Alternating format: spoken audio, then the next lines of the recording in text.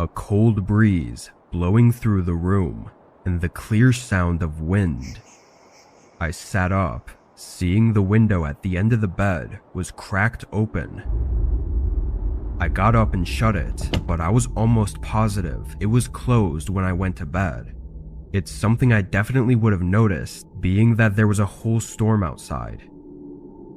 A rush of adrenaline went through me as I started to worry.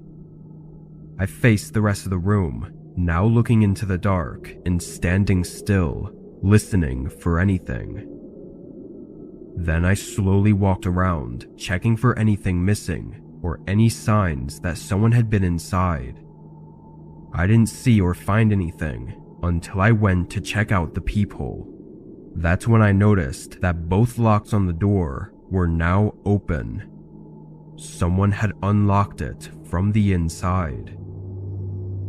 Blood rushed from my face as I locked the door and backed away, thinking through every possible horrifying scenario that I could be caught in right now. I started putting my things back into my bag and getting ready to leave, but then there was a sudden shake of the door handle.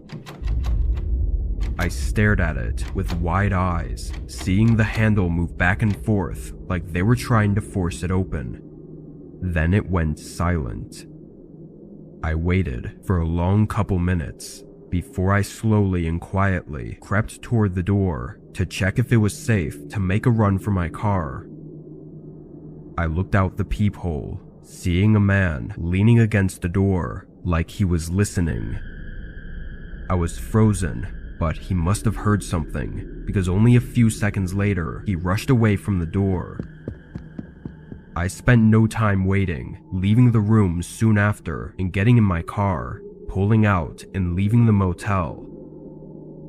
I got lucky as nobody else was on the roads and they seemed to have just been plowed.